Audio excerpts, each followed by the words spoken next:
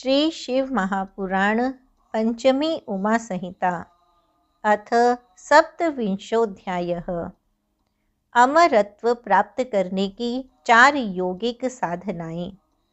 देवी बोली, योगी योगाकाश से उत्पन्न वायुपद कैसे प्राप्त करता है? हे प्रभो, यदि आप मुझ पर प्रसन्न हैं तो यह सब मुझे बताइए। शंकर बोले, हे देवी, योगियों के हित की कामना से मैंने पहले सभी बातों को कह दिया है। अब जिस प्रकार योगी काल को अच्छी तरह जीतकर वायु स्वरूप हो जाता है, उसको सुनो। हे सुंदरी, उस योग सामर्थ्य से मृत्यु के दिन को जानकर प्राणायाम में तत्पर योगी आधे महीने में ही आए हुए काल को जीत लेता है।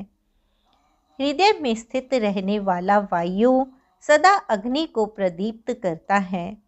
अग्नि के पीछे चलने वाला वह महान तथा सर्वगामी वायु भीतर और बाहर सभी जगह व्याप्त है। ज्ञान, विज्ञान एवं उत्साह, इन सब की प्रवृत्ति वायु से होती है।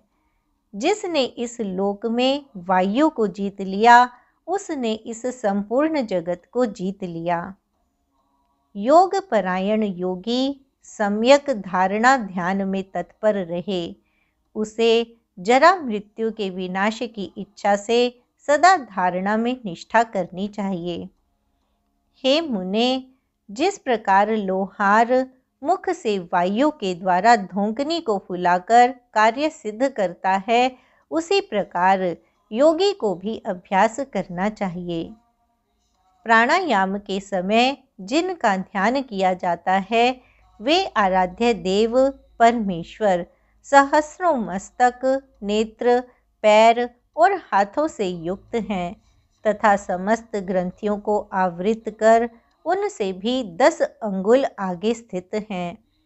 प्राणवायु को नियंत्रित कर व्याहृति पूर्वक 3 बार गायत्री का शिरो मंत्र सहित जप करे। उसे प्राणायाम कहा जाता है।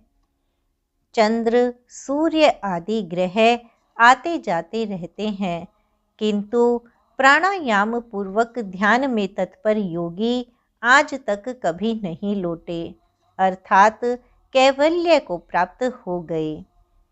हे देवी, 100 वर्ष तक तप करके ब्राह्मण कुशा के अग्रभाग के बराबर बिंदु मात्र जल को पीकर जो फल प्राप्त करता है, उसे वह योगी एक प्राणायाम के द्वारा ही प्राप्त कर लेता है। जो द्विज प्रातः काल उठकर एक प्राणायाम करता है, वह अपने सभी पापों को नष्ट कर शीघ्र ही ब्रह्मलोक को जाता है। जो सदा आलस्य रहित होकर एकांत में प्राणायाम करता है, वह जरा तथा मृत्यु को जीतकर वायु के समान गतिशील होकर आकाश में विचरण करता है। वह सिद्ध पुरुष का रूप, कांति, मेधा, पराक्रम तथा शौर्य प्राप्त कर लेता है और गति में वायु के समान होकर प्रशंसनीय सौख्य तथा परम सुख प्राप्त करता है। हे देवेशी, जिस प्रकार योगी वायु से सिद्धि प्राप्त करता है, वह सब मैंने तुमसे कह दिया। अब जिस प्रकार उन्हें तेज से सिद्धि की प्राप्ति होती है, उसे मैं तुमसे कहूँगा। जहाँ दूसरों की बातचीत का कोलाहल न हो, ऐसे शांत एकांत स्थान में सुखासन पर बैठकर चंद्रमा और सूर्य की कांति से प्रकाशित मध्यवर्ती देश अर्थात भूमध्य भाग में जो अग्नि का तेज अव्यक्त रूप से प्रकाशित होता है, उसे आलस्य रहित योगी प्रकाश रहित अंधकार पूर्ण स्थान में चिंतन करने पर निश्चय ही देख सकता है। योगी यत्न पूर्वक नेत्रों को हाथ की उंगलियों से कुछ दबाकर उनके तारों को देखते हुए एकाग्र चित्त से आधे मुहूर्त तक उनका ध्यान करें। उसके बाद ध्यान करता हुआ वह अंधकार में श्वेत, रक्त, पीत, कृष्ण तथा इंद्रधनुष के समान कांति वाले ईश्वरीय तेज को देखता है। दोनों भुवों के मध्य में ललाट स्थित बाल सूर्य के समान उस तेज को जानकर वह इच्छानुसार काम रूपधारी होकर मनोवांछित शरीर से क्रीड़ा करता है। निरंतर अभ्यास के योग से उसमें कारण को शांत करना, आवेश, पर काया प्रवेश, अणिमादि सिद्धियों की प्राप्ति, मन से सारी वस्तुओं का अवलोकन, दूर से सुनने की शक्ति, स्वयं अदृश्य हो जाना, अनेक रूप धारण करना एवं आकाश में विचरण की शक्ति, यह सब सामर्थ्य उत्पन्न हो जाता है। वेदाध्ययन से संपन्न तथा अनेक शास्त्रों में प्रवीण ज्ञानी लोग भी अपने पूर्व कर्मों के वशीभूत होकर मोहित हो जाते हैं। पाप से मोहित हुए मूढ़ मनुष्य लोक में देखते हुए भी अंधे के समान नहीं देखते और सुनते हुए भी बहरे के समान नहीं सुनते हैं। सूर्य के समान वर्ण वाले तथा अंधकार से परे उस परम पुरुष को मैं जानता हूँ। इस प्रकार जानकर योगी मृत्यु का अतिक्रमण कर लेता है। मुक्त होने के लिए इसके अतिरिक्त अन्य उपाय नहीं है। हे देवी, मैंने तेजस तत्व के चिंतन की यह उत्तम विधि तुमसे कह दी, जिसके द्वारा काल को जीतकर योगी अमरत्व को प्राप्त हो जाता है। हे देवी, अब मैं इससे भी उत्कृष्ट बात कहूँगा, जिससे मृत्यु नहीं होती। तुम सावधानी पूर्वक एकाग्र मन से सुनो। हे देवी, प्राणियों की तथा ध्यान करने वाले योगियों की तुरीयावस्था होती है। स्थिर चित्त वाले योगी को सुखद आसन पर यथास्थान स्थित हो शरीर को ऊंचा उठाकर दोनों हाथ संपुटित कर चोंच के आकार वाले मुख से धीरे धीरे वायु का पान करना चाहिए। थोड़ी ही देर में तालू में स्थित जीवनदायी जो जल बिंदु टपकने लगते हैं, उन अमृत के समान शीतल जल बिंदुओं को वायु से ग्रहण करके सूंघें। इस प्रकार प्रतिदिन उसे पीने वाला योगी मृत्यु के वशीभूत नहीं होता है और वह दिव्य शरीर वाला महातेजस्वी और भूख प्यास से रहित हो जाता है।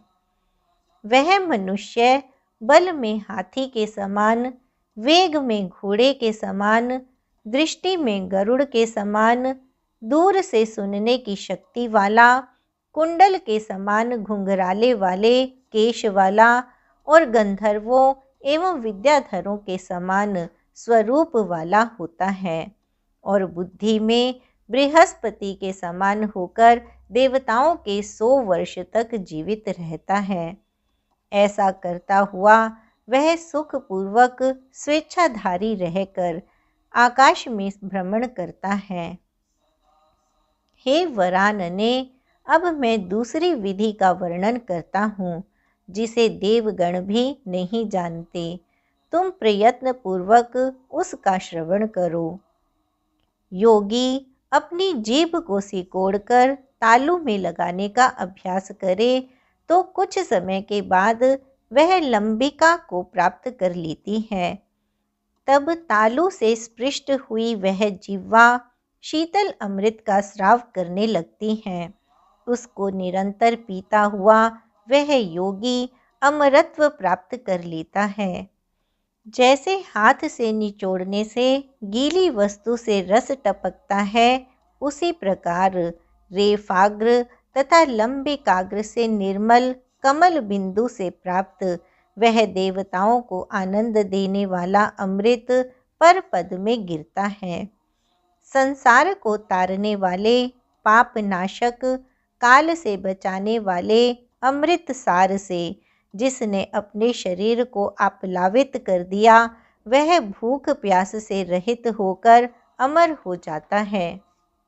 हे पार्वती, यह सारा संसार जिस सुख के लिए सदा लालायित रहता है, उसे ये 4 प्रकार के योगी जन सदा धैर्य धारण करते हुए अपने अंतःकरण में धारण करते हैं।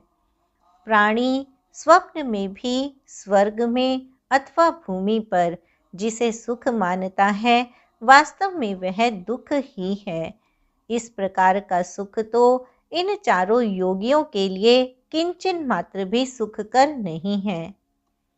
अतः मंत्र, तप, व्रत, नियम, नीति विनय से युक्त धर्मवेत्ता मनुष्यों से और औषधियों तथा योग से युक्त यह रागमयी पृथ्वी उत्तम फल देती है।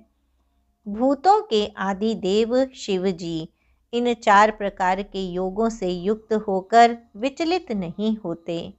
अतः अब मैं विधि सहित शिव नामक छाया पुरुष का वर्णन करता हूँ, जो साक्षात शिव स्वरूप हैं। इति श्री शिव महापुराणे पंचम्यां उमा संहितायां कालवंचन शिव प्राप्ति वर्णनम नाम 27वाध्यायः। इस प्रकार श्री शिव महापुराण के अंतर्गत 5वीं उमा संहिता में कालवंचन शिव प्राप्ति वर्णन नामक 27वां अध्याय पूर्ण हुआ।